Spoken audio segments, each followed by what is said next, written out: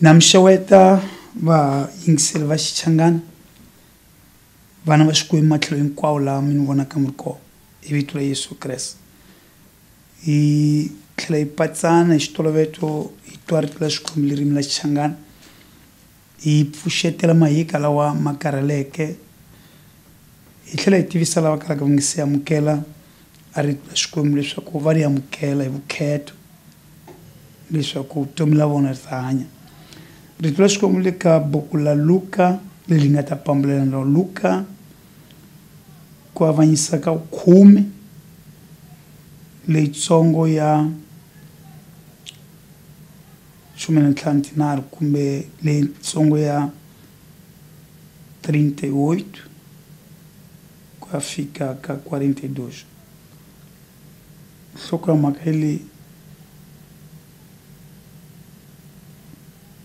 hi xin'we ntsena nchumu xin'we ntsena kumbe hi marito man'wana xilo xin'we xi pfumariwaka xin'we ntsena. Ta tlhela xilo lexi pfumariwaka xin'we ntsena nhloko ya mhaka xilo lexi pfumariwaka xin'we ntsena hi hlayisiwa xileswi versikulo 38 kutaku loko va famba kumbe kaku loko va famba a nghena mutini kutani wansati va vuriwaka Marta a n'wi amukela.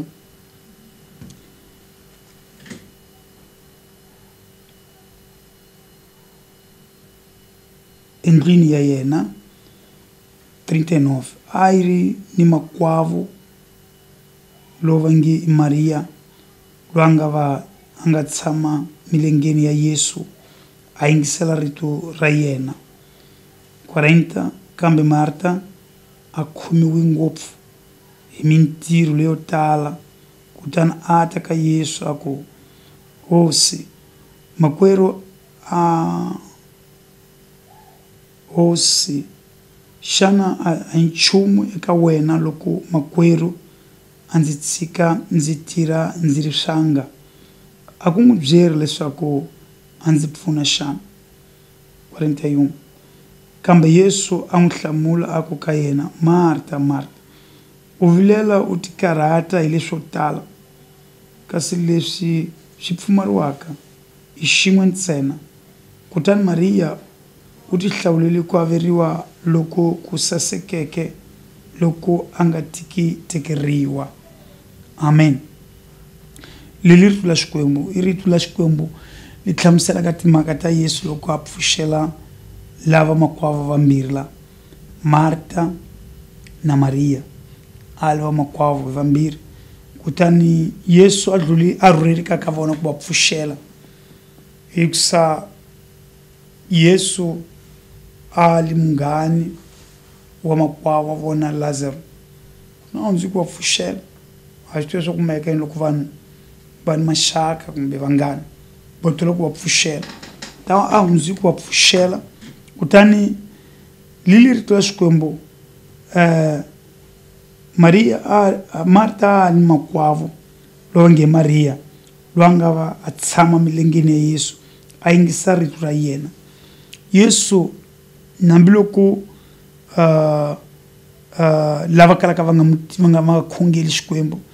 loko hi vulavula hi Yesu va pimisa swa ku va swi tiva leswaku hi vulavula hi munhu loyi a nga famba hi miti ni swimitani a haxa a rito la Xikwembu va swi tiva leswi hambiloko va nga khongeli. Kutani Yesu a hundzi ka muti wa Marta na Maria leswaku a va pfuxela kambe leswi Yesu ntirho wa yena a nga wa ku famba a haxa rito a nga dlulanga va pfuxela ntsena a dlula va nyika ni rito la Xikwembu. Lani hi vona vanhu vambirhi lava pfuxeliwaka hi Hosi Yesu kutani hi vona a maendlele ya vona leswi kongomaka so endla va endlela vona i swilo leswi nga swi endla makwavo lava vambirhi loko Yesu a nghenaka ka vona. Hi ta twisisa na leswaku hi mayini loko hi pfuxeliwa hi Xikwembu kumbe pfuxeliwa hi vanhu va Xikwembu kumbe pfuxeliwa hi Xikwembu hi milorho kumbe hi rito la vuprofeti kumbe hi mayini i swilo leswi swi maka lani hi kuma Maria kumbe Marta na khomiwe hi mintirho yo tala loko hi dyondza ka 40 leyi, kambe Marta a khomiwile ngopfu hi mintirho leyo tala. Kutani a ta ka Yesu a ku, hosi xana a hi nchumu ka wena loko makwerhu a ndzi tshika ndzi tirha ndzi ri swanga? A ku n'wi byeri leswaku a ndzi pfuna xana? Marta yi ka Yesu para a ya kombela swaku, yingisa kahle, a kombela swaku makwavo wa yena Maria loyi a yingisaka rito la Xikwembu a ya mpfuna mintirho ya mavoko. Hi vona munhu loyi a lava ku susa munhu loyi a nga milengeni ya Yesu, munhu loyi a dyaka rito, munhu loyi a phameliwaka rito, para atendela timhaka ta meza leti matafula. Hi sweswi va nga vaapostoli va nga hlamusela vaapostoli va ku hlawulani vanhu lava nga tendela leswi swa matafula. Hina hi ta ya mahlweni hi ku khongela ni ku dyondzisa rito la Xikwembu. A lava a susa a rito. Mun'wana mudyondzisa hlamusela leswaku vavasati lava vambirhi va kotisa a matlhelo mambirhi ya kereka, kumbe kereka hi swigava swimbirhi. Kereka leyi yi tendelaka swilo swa le mandleni yi kombisiwa hi Marta la, ni kereka leyi yi tsakelaka ngopfu swa le moyeni yi kombisiwa hi Maria. Então lava vambirhi va kombisa matlhelo mambirhi ya kereka. Ku ni vanhu lava va khongelaka Xikwembu mas va rhandza swilo swa mandleni ngopfu, a va tenderi ta moya. Ku ni vanhu lava va khongelaka va rhandza swilo swa moya ngopfu. Então Maria a kombisa wansati loyi a rhandzaka ku twa ngopfu swilo swa moya, a ta hanyisa munhu wa yena wa phakati. Marta yena a kombisa lava va fambisa va ku twa leswi. Vanhu vo tala loko va pfuka nimpundzu va rhendzelekela va le hi lungisela swilo swa kaya, hi lava ku lunghisa yindlu ya hina yawa, hi lava ku hi pfuxa, hi lava ku pfuna vana pusana na vona a va na timpahla, hi lava ku va pfuna hi leswi leswiya. Mas vanhu lava va na nkama wa ku nyika a ndhawu rito la Xikwembu. Então a rito la Xikwembu hi lona li pfuxelelaka swilo hinkwaswo leswi swi vilelaka. Li rhangani bebele, li rhangani hi ku lava a mfumo wa Xikwembu ku lama ka wona. Leswi swin'wana swi ta mi landzela, leswi ta mi landzela loko dyondza lani ka buku la Matewu 6:33. Loko dyondza la hi nkama hi vukheta ka buku la Matewu 6:33 hlamusela sweswo. Então Marta a endla hi Yesu a nga vulavula a mhaka leyi la ku dyondza la ka 6:33. Hi Yesu a nga vulavula, a yi vulavulanga hi vafundhisi va nyamuntlha, yi vulavule hi Yesu qovo. Yile kambe rhangani mi ti lavela a ku fuma ka Xikwembu ni ku lulama ka xona, kutani leswo hinkwaswo mi ta engeteriwa swona. Lani Yesu a kombisa leswi vaportuguese va nge i prioridade. Rhangani a nga yali Yesu leswaku Marta a pfunisa hi swilo swa la kaya, mas ku rhanga a fanele ku lava swilo swa Xikwembu. Yesu a hlulika ka yena a va pfuxela leswi swi nga mu vavisa, swi nga karhata Marta a moyeni wa yena. A hi mhaka ya ku Yesu a rito la Xikwembu li nghenile a kaya, então hina hi fanele ku li yingisa. Leswi nga karhata a mbilu ni moya wa Marta hileswaku Yesu a nga mu byeli Maria leswaku a mu pfuna mintirho ya mavoko leyi yi mu karhataka, hi leswi nga mu karhata. Então Yesu a hlamusela lani aka rito la Xikwembu, kasi xilo lexi xi pfumariwaka i xin'we ntsena. Kutani Maria u ti hlawulele ku averiwa loku saseka, loko a nge tikitekeriwa. Tilumisa swi ta hundza, mas rito la Xikwembu a li nga ta hundza, li ta tshama la ku nga heriki. Ku hlaya matsala hi yena hosi Yesu fusa balaka sweswo. Kutani ku dyondza Yesu loyi mi vona leswaku hinkwaswo leswi a swi vekaka amahlweni ka mintirho hinkwayo i rito la Xikwembu. Yesu a kongometa swilo hinkwaswo hi rito la Xikwembu, a rhangisa a rito la Xikwembu. Kasi Marta la a tsakisiwa hi ku khomakhoma mintirho. Hi loko Yesu a nghenaka ka wena a nga lavi swilo swa le mandleni Yesu. Vanhu vo tala va ti karhata hi leswi. Hi Yesu a fikilaka ka mina. Min'wana mikama va vona ni vafundhisi hi ku swi vafundhisi van'wana tola leswaku loko va ya maka ka vanhu hi pari va khwa vacani, hi pari va nyikiwa swa ku karhikarhi. Mas ntirho wa vufundhisi lowu nga ka Yesu hi wa ku yavela rito la Xikwembu ka vanhu lava va nga ni ndlala tora ni la rito la Xikwembu, va ni tora ni ndlala ya rito la Xikwembu. Então Yesu lana komisa leswaku xin'we swa xipfumelwaka a dyondzisa Marta leswaku leswi swi mahaka Maria hi leswi swinene a ti hlawuleli leswi a nga tekeriwa a buku la xipfukeleli xikolewa boha part a ti hlawulela leswi a nga tekeriwa enta swi kahle hi twisisa leswaku a ku lava rito la Xikwembu hi li lavisisa ngopfu futhi hi li lava hi nga karhali swi ta hi pfuna swi pfuna moya hina mikama ya tinyimpi leyi taka loko hi khongela hi rito leri hi nga ri dya ka mikondzo ya mfundhisi então ha pfuneka hi sweswo loko hi li ku xanisekeni a miehleketweni ka hina ku tisiwa rito la Xikwembu para li ta hi nyika tinhlamulo ta leswi hi nga swi kotiki a ku hlamula loko hi nga li hi rito la Xikwembu hala ni rito la Xikwembu li le rivaleni leswaku Maria yena a ti hlawuleli a ku averiwa loko saseka loko a nga tekeriwa a nga ta tekeriwa sweswi a nga ta tekeriwa mikama yi taka a nga ta tekeriwa sweswi a nga ta tekeriwa mikama yi taka swi ndzi sima loko hi twisa a timhaka leti ta ku yingisa rito la Xikwembu hi tshama a ni khongotela hinkwavo lava va yingisanga rito le nyamuntlha leswaku loko u lava ku hanya hi laha ku nga heliki na Yesu sungula ku tshama aminengeni ya yena sweswi u nga yimeli mikama leyi taka sungula sweswi Yesu a ni vafundhisi a ni vavhangeli a ni vadyondzisi a ni vaapostolo a ni vaprofeti lava va hangalasaka rito la Xikwembu matlhelo hinkwawo enta u sungula sweswi u yingisela rito la Xikwembu vavanuna lava va tengeke va hlamuselaka timhaka ta Xikwembu a hi swi hunguki a hi swi vheve ntsena vanhu vo tala va tula ku mehleka leswaku vanuna lava a va na xa ku swi endla i valolo va famba mahitela leswi va nga tshamaka ka vona vo ka va nga na mimiti xana va na mimiti kambe va endla leswi swi chiwaka ririmi la Xipurukeli leswaku i grand commission kumbe ku rhumiwa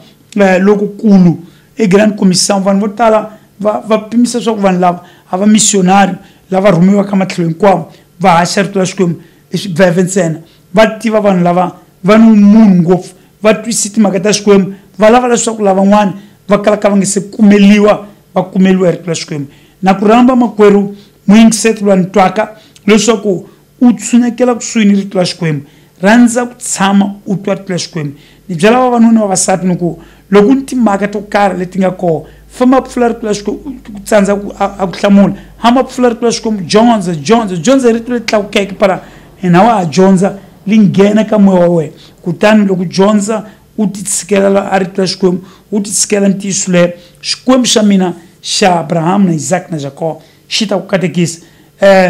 loko u lava ku hlamula mhaka yo karhi kumbe ntirhweni wa mavoko kumbe hi lixakeni la wena swi ku kama yana ritweni la Xikwembu ento Maria a tshami mikondzweni ya Yesu hlamusela ku tshama aka rito la Xikwembu hikusa Yesu i rito leri hanyaka a tshama a yingisela timhaka ta Yesu Kristu loko Yesu o va kona sweswi a fambafamba u tshika a pfuxela muti wa wena Yesu a nga ngheni ka wena para ta sixtira na wena televisão a nga ngheni mutini wa wena para ta ata nghena ka swilo swa nyama swa mutumbuluko leswi fambaka swona loko a nghena ka wena Yesu a nghena ku byela a timhaka ta le henhla a timhaka ta tilo hi leswi swi endlekaka vanhu va Xikwembu ni sweswi va tirha ntirho wolowo wa ku hlamusela a timhaka ta tilo va nga tsani va nga karhali va nga humuli va hlamusela a timhaka ta tilo ku ni vutomi ka rito la Xikwembu por favor ku ni vutomi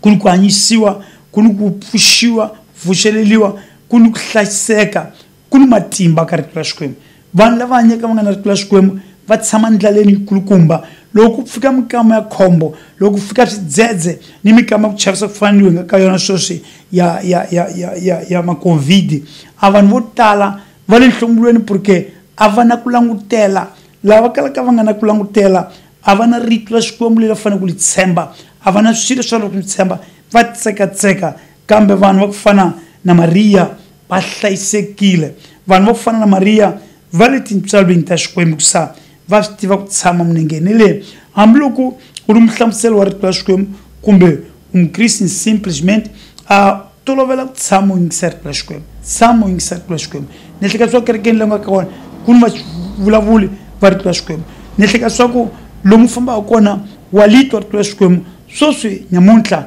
la chumeliwa maradiyo la chumeliwa matelevisão la chumeliwa futhi hi vanhu lava fambaka imiti ni swimintana va li hlaya kumbe lava fambaka va li hlaya lomu ka mataxi va li hlaya lomu ka swibomba swikulu va ma hlaya ka switimela va hlamusela rito la Xikwembu leswaku vanhu lava va fikeliwa hi ntiyiso leyi chunsaka. Então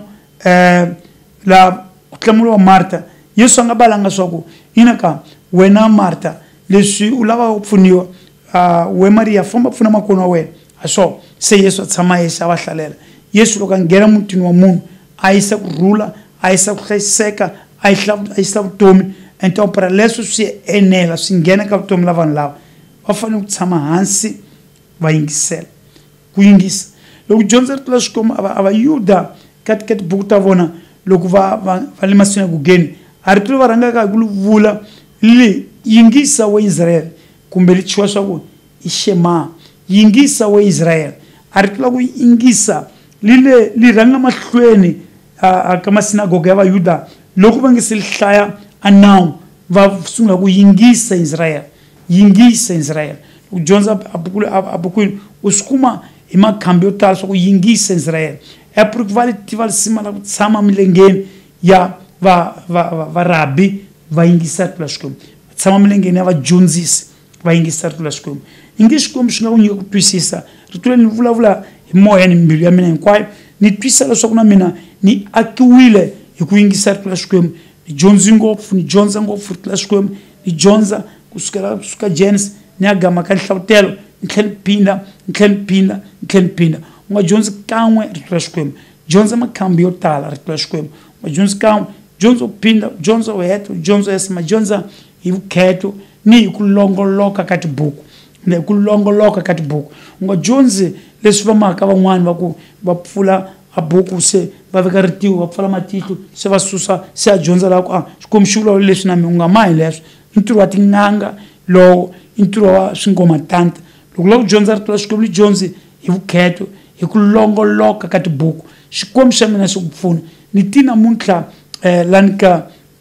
video leri ku ta khanyisa mhaka leyi hikusa vanhu vo tala va fa moyeni va fana va le mukoma kerekeni va fa moyeni va ya makerekeni hi nkama munhu u jaka rito la Xikwembu hi wexe wa ya kerekeni wa twa timhaka ti chunisiwaka maji loko fika kaya u cukume tibuku a te sonto le tlhatamaka loko a le makereke wo lava ku khongela kan'we hi sonto ku ma koho a te hi sonto yin'wana entano leswi swi ku endla ku kula hikusa ni tola ku vula leswaku rito la Xikwembu i swakudya swa moya ku kota leswi swakudya swa nyama hi dyaka siku ni siku. Vanhu van'wani va dya akanharhu hi siku no van'wani lava va swi kotaka va dya ku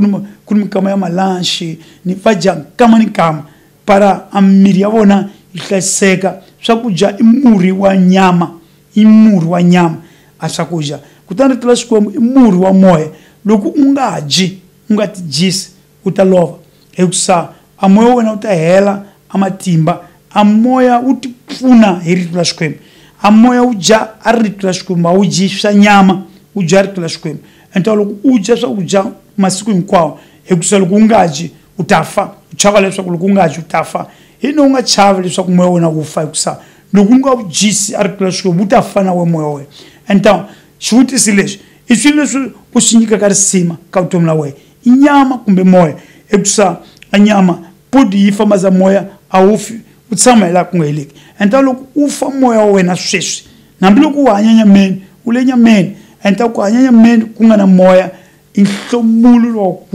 wa wukulu ngopfu. Ni langutela leswaku Xikwembu xa mi xi ku nyika a ku twisisa leswaku u nghena ka matimba ya Xikwembu u twisisa ku rhandza ka Xikwembu ku kota leswi u nga etleliki u nga dyanga ni loko u nga na mali u famba van'wana va famba va rhurhela swakudya lomu ka mathini ya nsila hikusa va hamba maninghozi yo tala hikusa va lava ku phamela nyama. Kambe loko hi vulavula hi ta moya wu njhani moya wa wena wu tshamisiwe kwini wu dyile wu yambexiwile kahle. Li rito la Xikwembu loko Paulo a hlamusela ka Vakorinto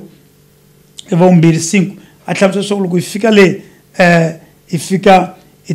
ta lundziwa a leswi hi nga ambala phakati. Loko hi kumiwa hi nga ambalanga hi kumiwa hi nga na swilo swa moya hi kumiwa hi nga na moya wa Xikwembu hi kumiwa hi nga na rito la Xikwembu entona ni ta cukumetiwa andzilweni ku fana ni lava va nga kalaka va nga pfumelanga va nga hanya a vutomi la wuhedeni. Xikwembu xa mina xa Abraham na Isaac na Jacob a xi n'wi nyiketi ntswalo ku twisisa leswaku rito leri i para hinkwavo lava se va nga tshika ku dyondza rito la Xikwembu porque va swa karata swo swi le ka nkama wa COVID dyondza rito la Xikwembu por isso ni tala ku byela hinkwavo leswaku vanhu hinkwavo lava va khongelaka Xikwembu hi xikhongoti xa Vukriste teki va xava Bibele lava Kriste va tshama na loho hi ku hi loho Bibele li nga tidyondzo ta ripfumelo leti ti lavaka para hi kula Xikwembu xa mina xa Abraham na Isaac na Jacob a xi ku katekisa xi ku pfuna makeni leyi sweswi ni masiku lama nga heriki na khongela hosi hlayisa muyingiseti loyi a tivaka rito leri u mi nyika tintswalo leswaku